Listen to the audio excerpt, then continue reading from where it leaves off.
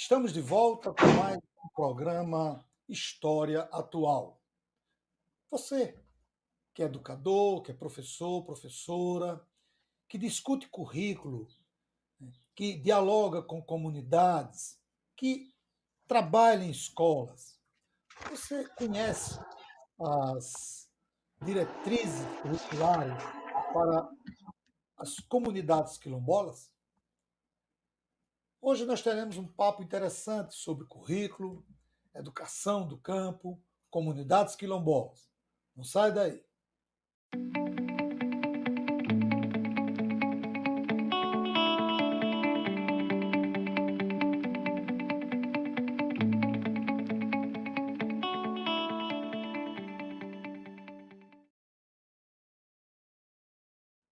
No programa de hoje, nós iremos falar sobre currículo escolar. Mais precisamente, currículo escolar em diálogo com as comunidades quilombolas. A entrevistada é a professora Maria Santos, doutora em educação pelo Programa de Pós-Graduação em Educação da Universidade do Estado do Rio de Janeiro, onde defendeu a tese Cada outro é cada outro, do currículo e diferença em quilombola do Arrojado. Maria possui mestrado em Ciências Sociais e Humanas pela Universidade do Estado do Rio Grande do Norte, licenciada em Pedagogia pela Universidade do Estado do Rio Grande do Norte, é integrante da Associação de Pesquisadores em Educação AMPED. Participa como professora colaboradora do curso de especialização em currículo da UERJ, Universidade do Estado do Rio de Janeiro. Possui experiência na área de currículo, com produção acadêmica voltada para a temática racial, educação quilombola, identidade quilombola, processos autobiográficos, narrativas de si e políticas para a diferença. Maria, seja bem-vindo ao nosso programa. Obrigado por ter aceito o nosso convite. Seja bem-vindo. Muito obrigada, Lemuel. É um prazer estar aqui falando, fazendo conversa complicada sobre um tema tão importante, sobretudo nesse contexto desmonte à educação, as políticas curriculares para quilombolas, indígenas, ribeirinhos e tantos outros grupos que a gente aponta como diferentes, né? Então, eu agradeço essa oportunidade de conversa e é um prazer estar aqui com todos. O que são as diretrizes curriculares nacionais para a educação, Maria? Então, as diretrizes curriculares nacionais, né, elas são normas que organiza a escola, né, organiza aquilo que a gente compreende como instituição escolar, né, e aí entra toda a questão da avaliação, das estruturas, da grade curricular e o próprio currículo, né.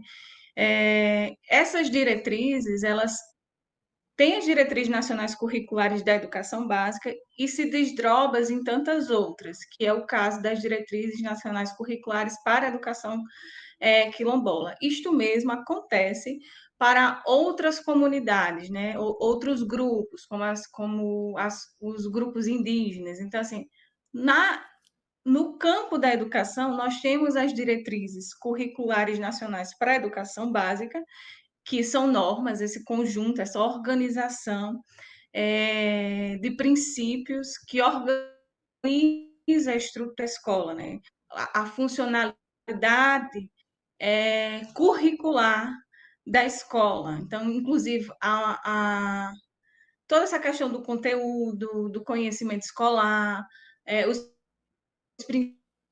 princípios avaliativos, tudo são diretrizes, né? Tudo é arte pedagógica, didática, ela está direcionada àquilo que a gente chama de diretriz, né? E o que a gente acaba dizendo de maneiras gerais que são normativas, são normas que ajudam na organização da escola, né? E aí isso é a nível nacional, essa diretriz nacional é a nível nacional, e que cada escola, cada instituição, cada município vai fazer uma leitura e uma interpretação dessa funcionalidade e vou dizer assim, entre aspas, implementar algumas dessas diretrizes dentro da escola, né? Mas, de forma geral, são normas que organizam a escola, né? Maria, e o que diferencia das diretrizes curriculares nacionais para a educação escolar quilombola na educação básica? Você colocou aí que as diretrizes curriculares nacionais, elas é como uma espécie de guarda-chuva, né, que norteia todas as diretrizes educacionais. E quando você pega especificamente as diretrizes para a educação escolar quilombola, onde é que se diferencia aí? Quais são as características que deve ter uma diretriz curricular para comunidades quilombolas?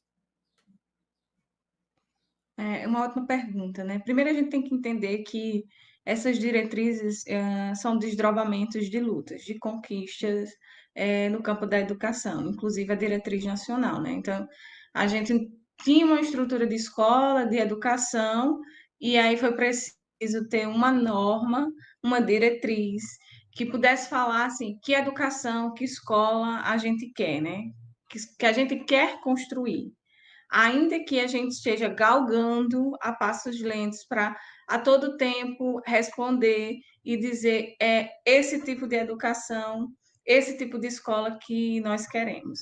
Então, assim, o que diferencia as diretrizes curriculares nacionais para as diretrizes curriculares para quilombolas é que elas são normas voltadas para o ensino quilombola. Então, ali há uma série de normativas, de conjuntos, que direciona os professores, as escolas, a pensar os conteúdos, a organização didática, a organização do projeto político-pedagógico das escolas, a partir da temática quilombo e quilombola. E aí, nisto, compõe a compreensão do que seja um quilombo, do que seja quilombolas, toda a questão da negritude, é, toda uma construção de compreensão histórica de como isso chegou nas escolas como diretrizes, e inclusive enquanto conhecimento. E quando eu digo inclusive enquanto conhecimento, porque essas diretrizes, elas são frutos do movimento negro, do movimento social, de militantes que reivindicaram a presença do conhecimento da temática afro e afro-brasileira, da negritude e dos quilombos e quilombolas dentro da educação. Então, essas diretrizes, elas orientam toda a questão da organização do ensino e da educação é, para quilombolas. Então, é isso que, de maneira geral, é isso. Mas, pensando nas particularidades, quando a gente começa a fazer a leitura dessa diretriz, a gente vai perceber que o mais forte nela é a questão do conhecimento. E aí há pontos muito específicos do que se deve estar incluído no educar na sala de aula, que é a questão da terra, do território, da memória coletiva, da história das comunidades dentro da instituição, né? Das instituições. Então, assim, e isso cabe também um olhar muito particular de cada escola para isso. Sobretudo as escolas que recebem quilombolas. Então, uma diretriz a nível nacional também, e elas chegam através das secretarias, né? Chegam nas escolas através das secretarias, e, mais uma vez, os professores eles fazem uma leitura e vão interpretando, vão traduzindo ao seu modo e vão incorporando isso dentro de sala de aula, dentro da instituição. Contudo, é importante esclarecer que, porque temos uma diretriz, isso deve estar atrelado junto ao projeto político-pedagógico das escolas. Então, é muito comum, inclusive em pesquisas, ter levantamentos de que nos projetos não estão inclusas essas temáticas ligadas ao contexto da memória coletiva dos quilombolas, a história dos quilombolas, que não seja apenas aquelas atreladas à ideia de resistência e escravidão que a gente vê nos livros didáticos. Que isso foi na minha época, enquanto aluna da educação básica, e que não é muito diferente agora, né? Quando eu olho um livro, eu ainda identifico esses mesmos aspectos. Então, essa diretriz, ela vem para emergir outros conhecimentos, outras formas de educação, de conhecimento em quilombolas e para quilombolas. E aí fazer com que a diferença, essa diferença de que cada outra esteja dentro da escola, né? E aqui especificamente, como a gente está falando dos quilombolas, que essa diferença de ser do quilombo, de ser quilombola, ela esteja imersa dentro do conhecimento escolar, né? E aí é mais ou menos isso que configura essas diferenças.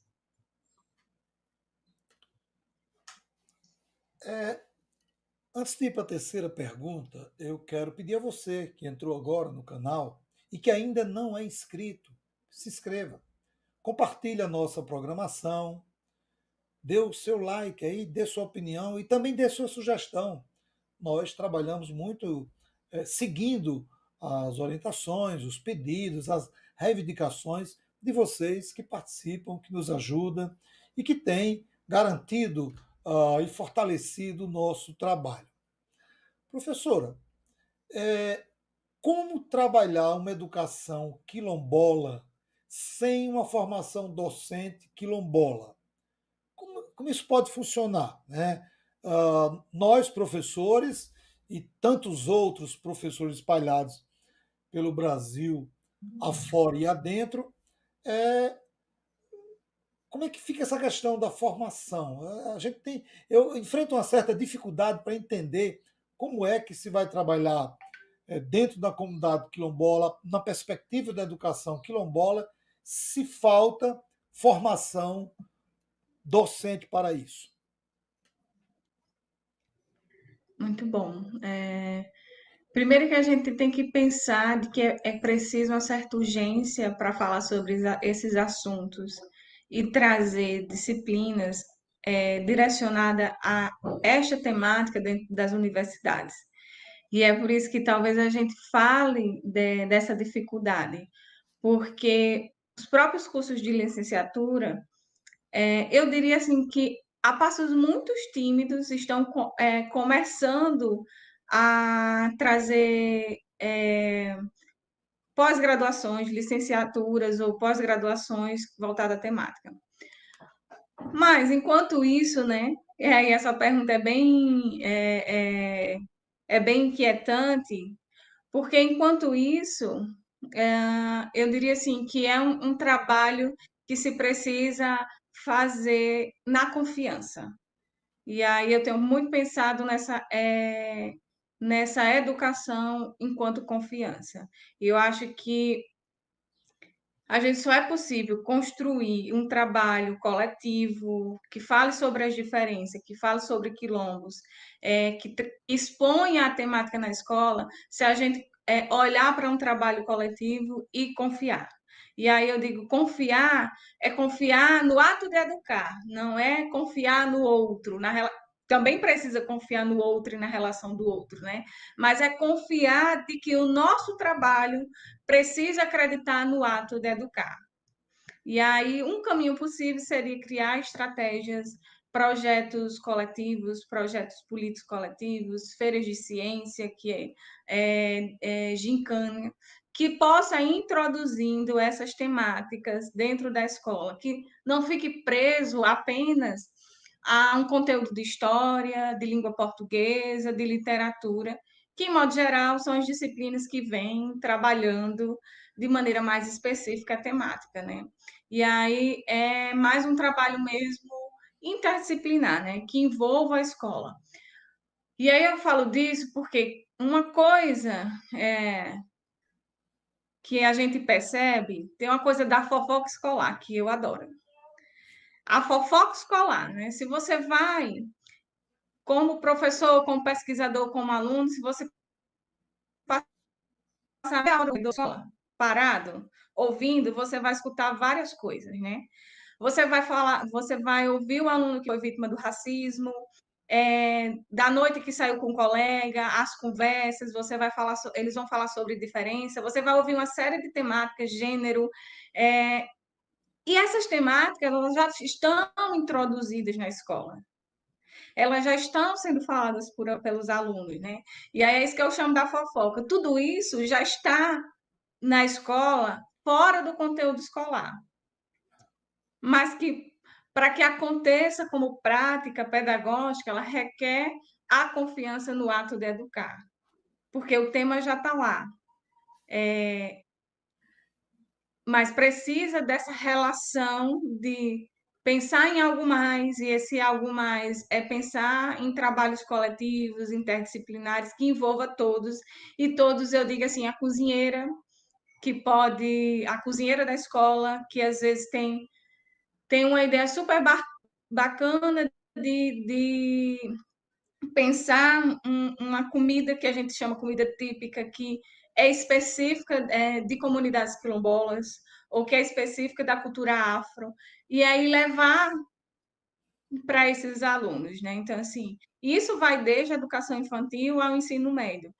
Porque é isso, a temática ela já está lá, ela já existe antes mesmo de qualquer norma, antes mesmo de uma diretriz, de estar posta num currículo fixo lá, antes mesmo de chegar com o pensamento pedagógico. Porque esse educar na confiança é algo que acontece na relação da vida, antecede o próprio educar. Ela é a relação, ela já é as relações de vida. Então, por isso que eu gosto dessa ideia da fofoca, né? Que eu sempre acho que quando alguém me pergunta sobre isso, eu digo assim, vamos começar pela fofoca. O trabalho ele tem que ser começado pela fofoca. Ou então a ideia do que é muito comum nas escolas de interiores, né? Principalmente em escolas públicas, a hora vaga, né? Às vezes um professor falta por alguma necessidade e tem assim, aula vaga, né? E o aluno fica lá. Eu acho que olhar para esse momento vago e começar introduzindo coisas na escola, né? Um jogo, por exemplo, né? Vamos fazer aqui, pensar num jogo que está ali, que ninguém está supervisionando. Isso é uma forma também de introduzindo, né? Que acho que nem tudo na escola precisa da supervisão do professor. Às vezes é preciso deixar que os alunos um ponto de vista que exponha seus interesses e conduzindo a partir disso, né? Então, eu sempre penso que fofoca e aula vaga são duas iniciativas, são dois momentos para se pensar essas propostas pedagógicas, né? E, claro, quando a gente vai observando isso, a gente consegue levar para um momento de sala de aula, para uma disciplina de história, de geografia, de inglês, enfim, a gente tem aí um conjunto de matérias que pode integrar isso, né? Mas não pode ser do mesmo. Eu sempre acho que não pode ser o mesmo. O mesmo eu digo assim, falar. Eu acho que não dá mais só para falar, não dá mais só para falar da história da resistência à escravidão. Acho que não pode mais só fazer uma roda de conversa sobre isso, né? Porque o mundo está andando e todo mundo está andando junto com o mundo. E as relações mudaram, os interesses mudaram, as formas de comunicar mudaram. Então, na minha época, não se podia usar celular em sala de aula, né? Nem tinha, aliás. E hoje a gente vê todo mundo com os seus aparelhos. E o que é que a gente pode fazer com isso para trazer novas temáticas? Então, assim, tem uma série de recursos, mas que não pode ser mais do mesmo. Porque o mais do mesmo a gente já faz, né? Que é pensar o conteúdo. E o conteúdo já está lá. Ele já está fixo. Ele é um currículo fixo, porque ele é parte de uma norma, né? Tem um currículo fixo, e tem as diretrizes, e tem o projeto político-pedagógico que é construído, que a gente vai colocando temáticas e outras e outras. Isso é o mesmo, né? Mas é ir para além do mesmo. E, para além do mesmo, requer pensar esse ato de educar na confiança, e a confiança não só com os professores, mas com os alunos, porque, afinal de contas, são os alunos que traz essas temáticas para as salas de aula, ainda que não queira, né? Então, se acontece uma questão de preconceito e racismo de uma pessoa branca, nomeada como branca, com um aluno que é negro e do quilombo, essa temática ela está ali, ela está posta, né? Então a gente pode pensar, e aconteceu e acontece todo dia, né? Como é que a gente agora vai olhar para isso e vai trazer projetos, ações para dizer que esse quilombo é parte do mundo, ele é um acontecimento também do mundo, integra as nossas relações, integra as diferenças, integra o ato de educar. Que eu acho que eu acho que a grande sacada de fazer diferente está aí, né? Sair da ideia do mais do mesmo. Você tocou num assunto aí interessante, esse fazer, porque o discurso já existe muito. Maria, me diga uma coisa, conceitos, você trabalhou aí quilombos, quilombolas, né, e outras situações que são vivenciadas na escola sem necessariamente estar dentro do currículo. Mas conceitos como quilombo e quilombola são discutidos em escolas que não se situam em territórios quilombolas? Você identifica isso? Essas temáticas que você colocou aí é realidade em escolas fora dessas comunidades? Então, não da forma que a gente gostaria, eu diria assim. Porque quando a gente vai pensar esses conceitos de quilombo e quilombola, o que eu vejo são sempre a ideia que está atrelada à ideia de resistência à escravidão. É sempre aquela mesma história da história.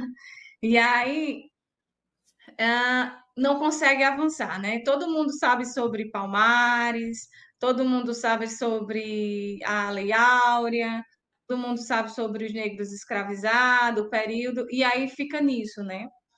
Mas aí quando se fala assim de que no Rio Grande do Norte tem quilombos, o imaginário é de que é a ideia do tradicional, né? Eu vou botar assim, o tradicional entre aspas, porque assim as pessoas vivem isoladas, a ideia de subsistência é só a terra, parece como se a ideia de que assim vamos voltar o Brasil colônia, né? E aí o imaginário é porque não se consegue avançar, né? Então, assim, eu diria que houve uma mudança ainda em relação à temática a partir de 2003, com a Lei 10.639, que não é necessariamente para trabalhar a questão, a temática quilombo e quilombola, mas é a história afro e afro-brasileira, né? Mas aí ela contempla as histórias dos quilombos, né? E aí tem uma série de projetos, não só no Rio Grande do Norte, mas em outros estados, a partir dessa lei, né? E aí tem toda a ideia do empoderamento negro, a ideia da beleza negra, a ideia de existir, que eu acho que não é só mais resistir, mas de existir enquanto quilombola, enquanto sujeito negro. Então, assim, mas de maneira geral, o que a gente vê ainda é, esse tema, quilombo e quilombola, sempre é atrelado à ideia de resistência e escravidão, e aí sempre posta numa história da história. E a gente parece que se fale sobre essa urgência, essa necessidade, a gente não tem avançado muito, né? E eu diria que nos últimos 4 anos, todas essas questões elas se problematizaram, né? Porque politicamente falando, no contexto político, né, nós temos um governo que vem ressaltado essas características de escravidão dessas comunidades, né? E aí acaba que fixando ainda mais no imaginário social essas ideias. E isso também acaba que apagando a discussão um apagamento mesmo da discussão dentro da escola, né? E, em consequência disso, um apagamento das políticas públicas que nas escolas voltada à temática, né? Inclusive as diretrizes. Então, a gente tem um repertório de políticas que contemplam quilombos e quilombolas, né?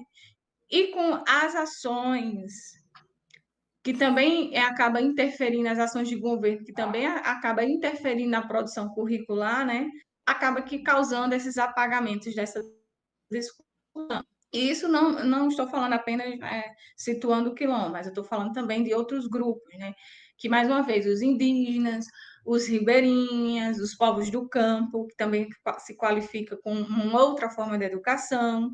É, enfim, a gente tem aí um conjunto de sujeitos que acabam que, dentro da política, é, sofrendo apagamentos, e isso acaba prejudicando a nossa própria produção curricular, né? A nossa própria produção de sentidos de currículo, né? Então, assim, e aí talvez, eu acho que nesse momento, eu tenho ouvido muitas pessoas perguntar, mas e agora, o que que a gente faz, né? O que fazer? Então, quando eu trago essa pergunta, eu lembro até, inclusive, a BNCC, a Base Nacional Comum Curricular, né? Que tornou o ensino de história uma disciplina eletiva. E aí a gente assim, mas isso prejudica toda a discussão da temática quilombo e quilombola. Porque se ela se tornou eletiva, ela apaga, ela vai apagando as histórias desses grupos. Ela vai apagando este conhecimento, né? Então, e as políticas. Então, a gente está, eu acho que é um momento que a gente tem sofrido ainda mais em relação esse trabalho nas escolas, né? E aí a gente que bom, né? A gente encontra grupos de professores que ainda timidamente têm reivindicado este aparecimento da temática, né? E eu acho que é importante qualificar que não é apenas um aparecimento do conteúdo da temática, mas é uma reivindicação também para que esses corpos estejam ali ocupando aquele espaço de escola, de sala de aula, de educação e de universidade, né? Então, a gente tem aí caminhado assim muito timidamente em relação a essa temática. Estamos caminhando para o nosso final do programa, um bate-papo muito bom com a professora Maria Santos, que tem esclarecido muito sobre a questão do currículo, sobre a relação com a temática quilombola. Maria, para a gente concluir a nossa entrevista, como é que se dá a relação de um aluno ou de uma aluna quilombola numa escola situada fora da comunidade? Como é que você percebeu alguma coisa dos seus estudos, nas suas leituras, nas suas visitas às comunidades quilombolas? Como é a relação de um aluno ou uma aluna quilombola num espaço fora de sua comunidade, numa escola fora de sua comunidade? Então, primeiro é importante saber de onde esses alunos estão vindo, né? Se é de um contexto rural ou urbano, porque nós temos comunidades quilombolas urbanas e comunidades rurais. Então, tudo isso interfere nos alunos na escola, né? Mas, de forma geral, nas minhas pesquisas, sobretudo com alunos de comunidades de Porto Alegre, no Rio Grande do Norte, interior do Rio Grande do Norte, eles são o outro estranho, né? O outro diferente. E esse diferente que se dá na diferença, né? Não é a diferença aparecendo, é o diferente aparecendo, né? Então, ah, e aí é o que se isola, é sempre ele que se isola, nunca o outro, né? E aí acaba que problematizando uma série de dificuldades de convivialidade na relação, né? Mas não é só a presença da nomeação quilombola, é preciso entender que também há a questão da negritude, né? Então, a gente tem duas categorias, eu vou colocar assim, duas categorias, duas nomeações, quilombola e negro no mesmo espaço. E aí tem toda a questão do preconceito, do racismo, de não querer se envolver, de trabalhar junto, o espírito de coletividade, né? E aí, quando essas comunidades vão emergir, porque eles não são, eles emergem nesses espaços, né? E aí começa uma relação de conflitos, né? Conflitos mesmo do aparecimento. É como se o conflito do aparecimento é uma reivindicação por estar ali e por viver, por buscar é, não só a educação, mas buscar um modo de viver uma vida mais vivível naquele espaço.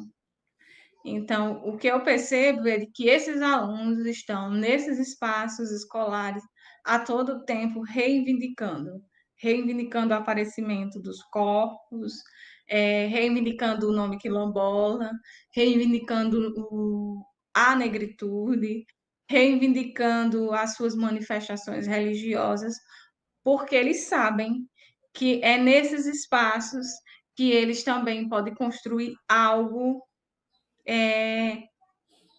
no sentido do empoderamento para todos, né? Então, é, é, hoje eu vejo assim, dessa forma. Ainda que exista um conflito, porque vai existir, né? Sobretudo por causa da cor. A cor é uma questão ainda muito forte no Brasil e produz a diferença, essa diferença que não é o diferente, mais uma vez, essa diferença que diz assim, ó, mas ele é diferente de mim porque ele é negro. Então, ele é menos inteligente porque ele é negro.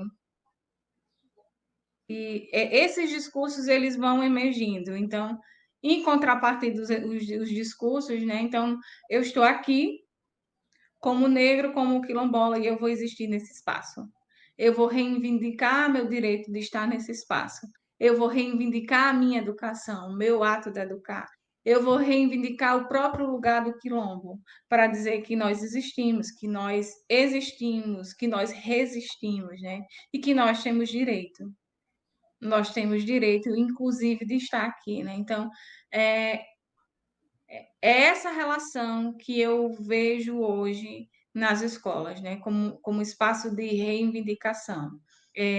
Entre eles e os outros, e ele e os de fora, né? Então, para não dizer que fica só no institucional, que também não se pode pensar esse aparecimento, esse aluno só no institucional, porque ele é o todo, né? O todo que compõe, né? Então, a gente não fala, quando a gente fala da escola, a gente não está falando só daquele institucional, né? Mas também dessa relação com o mundo, com os outros, né? Estamos encerrando a nossa entrevista com a professora Maria Santos. Eu quero agora passar a palavra para a professora fazer suas considerações finais. Então, agradeço, assim, foi muito bom fazer conversa complicada com vocês. Fico à disposição para quem quiser saber mais do assunto, é, quem quiser conversar sobre o assunto, e quem quiser buscar produções sobre a temática. Eu acho que é uma forma também da gente reivindicar a esses grupos, né? Então, muito obrigada e foi um prazer estar com vocês.